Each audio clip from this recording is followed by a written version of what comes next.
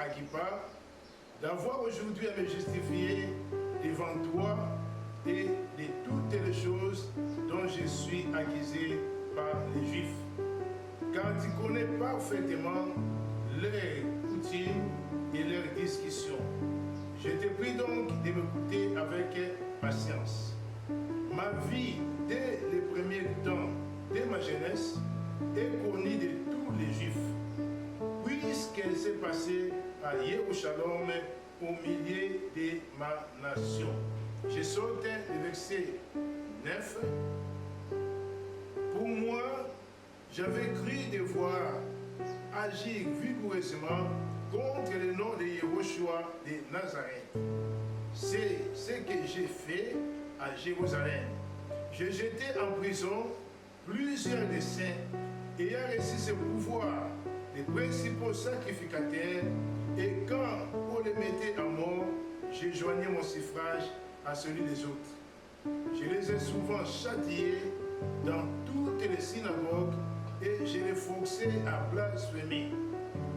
Dans mes excès de fureur contre eux, je les ai persécutés et même dans les villes étrangères. Je saute, verset 11, vers le milieu du jour, ô roi, j'ai vu un chemin resplendir autour de moi et de mes compagnons une lumière venant du ciel et dont l'éclat surpassait du soleil.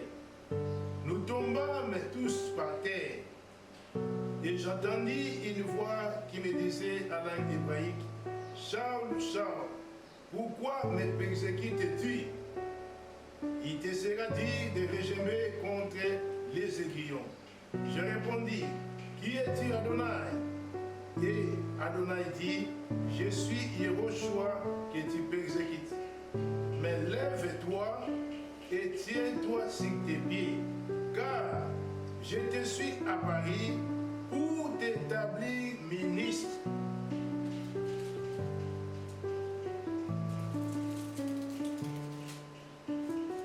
Et témoin des choses que tu as vues et celles pour lesquelles je t'apparaîtrai. Je t'ai choisi du milieu de ce peuple et du milieu des païens vers qui je t'envoie, afin que tu leur ouvres les yeux pour qu'ils passent des ténèbres à la lumière, de la puissance de Satan à Elohim, pour qu'ils reçoivent par la foi en moi le pardon des péchés et l'héritage avec les sanctifiés.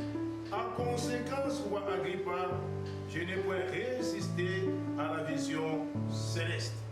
Très chers bien-aimés, nous venons de suivre la lecture. Ici, c'est l'apôtre Paul qui parle. Moi, j'aime cet homme parce qu'il est notre apôtre, il est l'apôtre des gentils, l'apôtre des païens. Il est un modèle pour nous, un modèle pour l'église de Adonai. Ici, l'apôtre Paul nous parle sur son ministère. Il était devant le roi Agrippa, accusé par jalousie faussement par les Juifs, parce qu'il avait amené un vent nouveau, un vent qui n'était pas dans leur doctrine ni dans leur religion.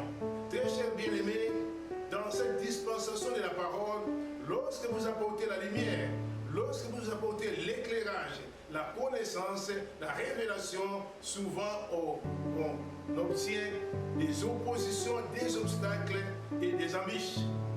Et l'apôtre Paul était accusé et il était devant le roi Agrippa.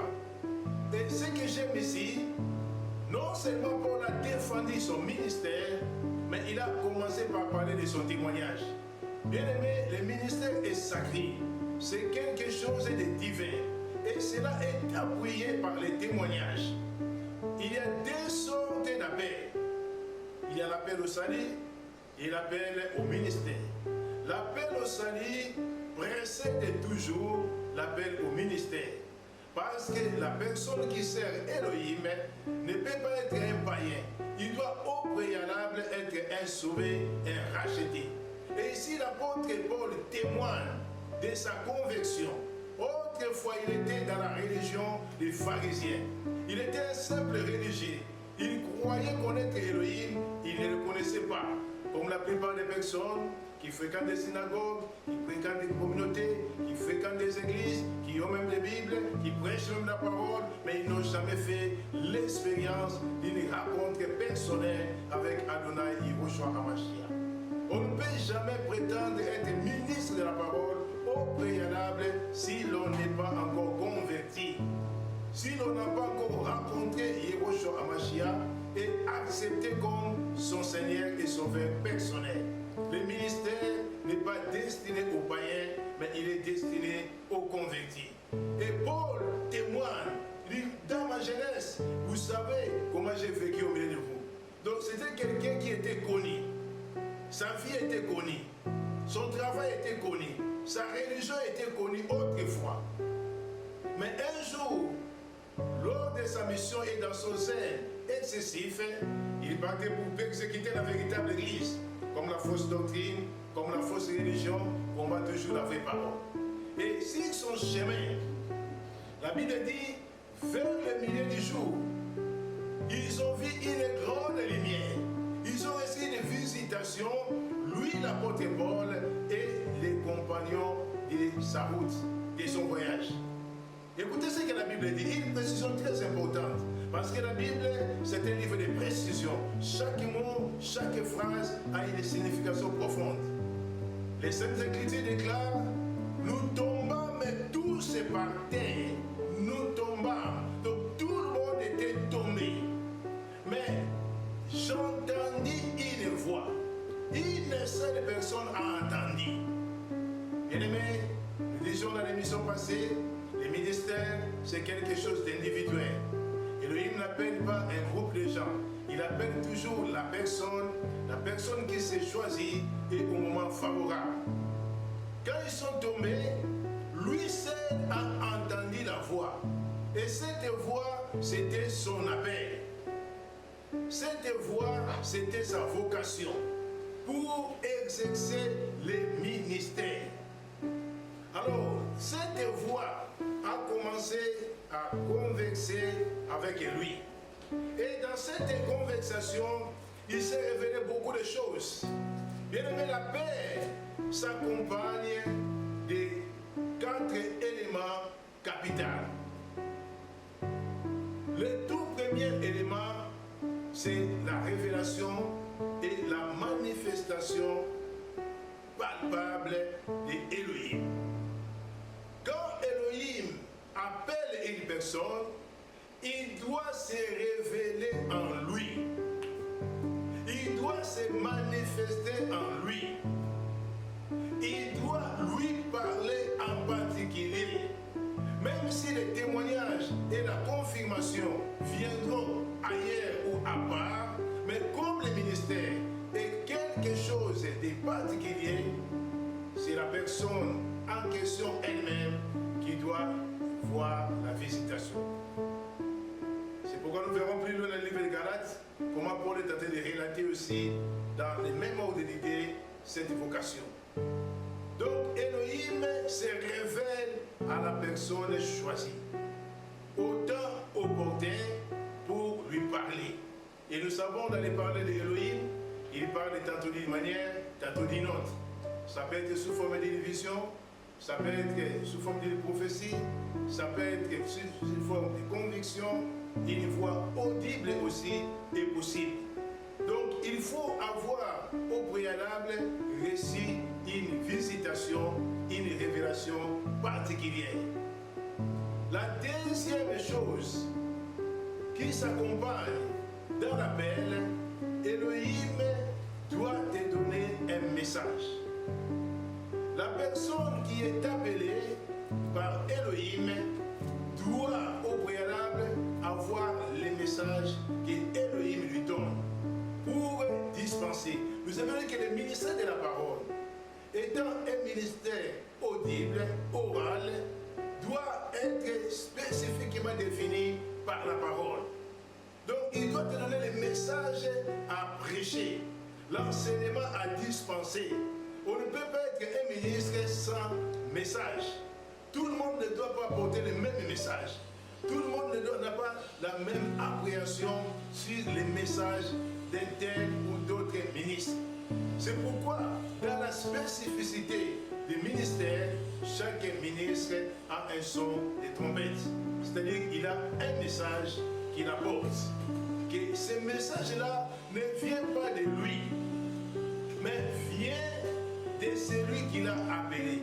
Si nous voulons lire simultanément dans le livre des Galates, dans son chapitre 1er, précisément dans le verset 11e, écoutez ce que la Bible dit. Je vous déclare, frère, l'évangile qui a été annoncé par moi n'est pas de l'homme, car je ne l'ai réussi ni appris d'un homme, mais par une révélation de Yehoshua Hamashiach. Donc c'est-à-dire le message que Paul a prêché, il n'a pas appris cela à l'école de Gamaliel. Il n'a pas appris cela chez les pharisiens, mais c'était par révélation. Et si nous allons plus loin dans 2 Corinthiens, chapitre 12, il parle de comment il était emporté et comment il était parti au ciel en extase pour recevoir ce message.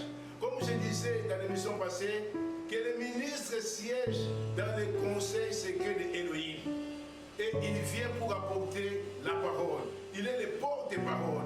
Bien aimé, un vrai ministre, il a un message, il a un verbe, il a le mâchoire pour communiquer au peuple la pensée de Elohim.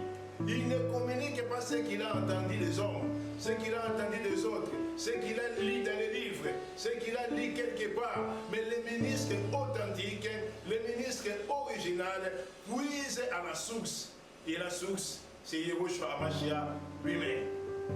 Donc, un ministre véritable doit avoir un message. Et quand nous rentrons dans les actes des apôtres, nous voyons que l'apôtre Paul, quand il a rencontré Yehoshua Hamashiach, il lui a donné les messages à prêcher. Et quand nous lisons tacitement ce que l'apôtre Paul nous révèle concernant les messages qu'il avait reçus de la part de Yehoshua Hamashiach, ce message, il a résumé en 4 points. Il dit, lève-toi et tiens-toi sur tes pieds. Quand je te suis à Paris, pour t'établir ministre, pour t'établir. Donc il a été établi par Yehoshua. Ce que les hommes font par la suite, nous le verrons dans la prochaine émission, c'est la confirmation ou l'ordination.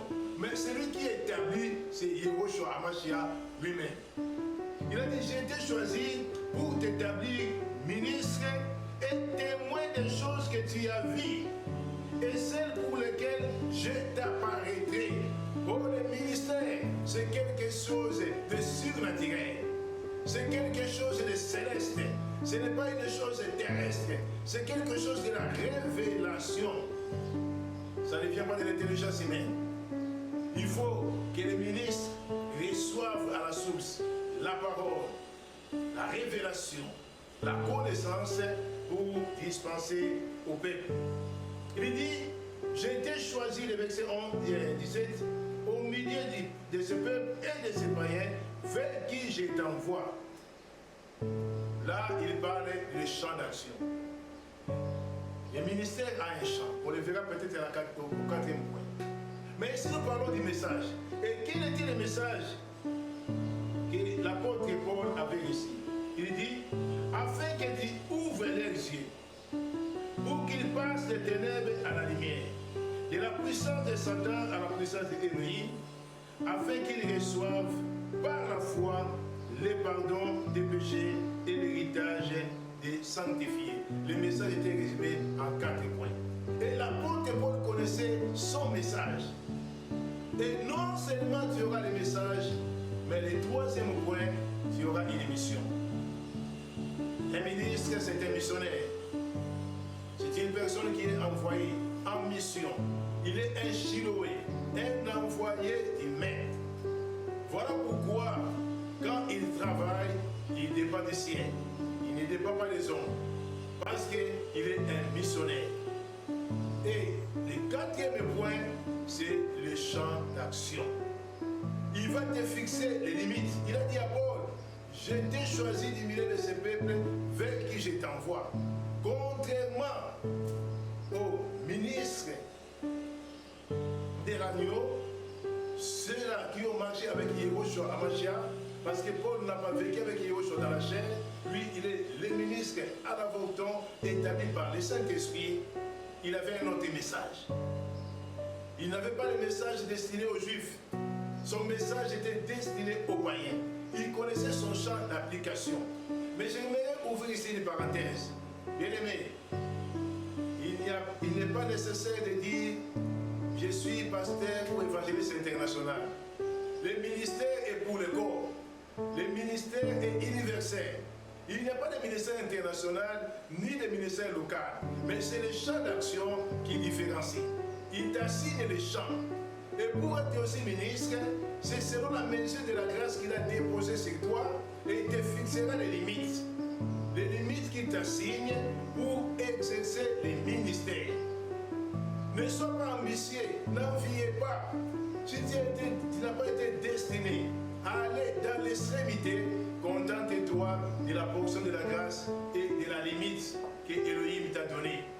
Mais aujourd'hui, le ministère est devenu un champ de compétition, de rivalité, à telle enseigne que d'autres pensent que non, comme je sillonne tout le monde entier, donc c'est que je suis ministre international. Non, le ministère a une vocation universelle, mais seulement c'est le champ d'action, c'est la vision et la mission assignée qui fait la différence. C'est pourquoi quand nous lisons toujours cette écriture, dans le livre des Corinthiens, dans le deuxième livre des Corinthiens, dans ce chapitre 10e, à partir du 12e verset, bien aimé, écoutez ce que la Bible dit. Nous n'osons pas nous égaler ou nous comparer à quelques-uns de ceux qui se recommandent eux-mêmes, mais en se mesurant à leur propre plaisir et en se comparant à eux-mêmes, ils manquent d'intelligence. Pour nous, nous ne voulons pas nous glorifier hors de toutes mesures. Nous prendrons au contraire pour mesure les limites du partage que Elohim nous a enseigné, de manière à nous faire venir jusqu'à vous. Verset 14. Nous ne dépassons point nos limites, comme si nous n'étions pas venus jusqu'à vous. Car c'est bien jusqu'à vous que nous nous sommes arrivés avec l'évangile de Amashia. Ce n'est pas hors de toute mesure, ce n'est pas dans les travaux d'autrui que nous nous glorifions, mais c'est avec l'espérance si votre foi augmente ou grandit davantage parmi vous, selon les limites qui nous sont assignées. J'aimerais parler des champs. C'est-à-dire que chaque ministre a une limite. Bien aimé, ne parlez pas de choses qui ne te concernent pas, qui n'est pas liées à ta grâce. Tu risques de sortir. Ne sois pas complexé. Laissez chacun avec son message, avec sa vision, avec sa mission et avec son champ d'action. Voilà, très cher bien-aimé, la complexité aujourd'hui dans les champs missionnaires. Tout le monde veut faire tout le monde veut dire tout, même si cela n'est pas lié à sa grâce. Ça, c'est le complexe. Il n'y a pas un super ministre, il n'y a pas un ministre international. Le vrai ministre par excellence, c'est Yehoshua. Mais il a fait de nous comme. Nous ne portons qu'une portion. Il n'y a aucun ministre qui est au-dessus de l'autre ministère. Mais chacun a reçu de la part de Elohim une portion de la grâce, une portion de la vocation, une portion de la mission. Voilà pourquoi, bien aimé, celui qui est appelé par Elohim n'est jamais complexé parce qu'il sait en qui il a cru et il sait le message qui lui a été donné pour apporter au peuple. Quand nous lisons dans le premier livre des Corinthiens, dans ce chapitre 4e, j'aime cet homme, il n'était pas complexé et il donne de bons conseils. Dans le verset 6e, c'est à cause de vous, frères, que j'ai fait de ces choses une application à ma personne et à celle d'Apollos, afin que vous appreniez à nos personnes à ne pas aller au-delà de ce qui est écrit et que nul ne conçoive de l'orgueil en faveur de l'un contre l'autre. Car qu'est-ce qui te distingue? Qu'as-tu que tu n'as pas réussi? Et si tu l'as réussi, pourquoi te glorifies-tu comme si tu n'avais pas réussi? Bien-aimé, le ministère ne peut pas être un sujet d'orgueil. Comme j'ai toujours enseigné, le leadership, ce n'est pas un sujet d'orgueil, mais c'est une responsabilité.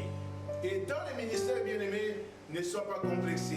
Si tu as la chose d'Élohim, quelle que soit ta petite grâce, tu es toujours un ministre. Chacun a réussi, selon la grâce, une mesure pour apporter quelque chose dans le champ de l'évangile. Voilà pourquoi, bien-aimé, aucun ministre ne peut bannir l'autre ministère. Aucun apôtre ne peut dire que ce n'est rien. Aucun prophète ne peut dire que le docteur ne connaît rien. Aucun docteur ne peut dire que le pasteur n'a rien. Bien-aimé, ce sont des grâces qui se complètent. Dans les ministères, il n'y a pas de comparaison, il n'y a pas de compétition, il n'y a pas de rivalité, mais il y a la complémentarité. Chaque ministère est important et capital pour apporter quelque chose dans le corps de Hamashia. Voilà, très chers bien-aimés, ce que nous avions à vous apporter aujourd'hui.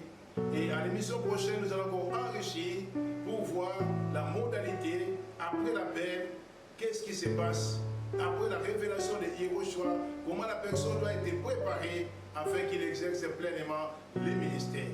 Que cette parole vous bénisse. Nous sommes très contents et nous sommes ouverts aux critiques et aux suggestions pour faire mieux. À la prochaine. Bye bye. Que Hamashia vous bénisse. Ciao.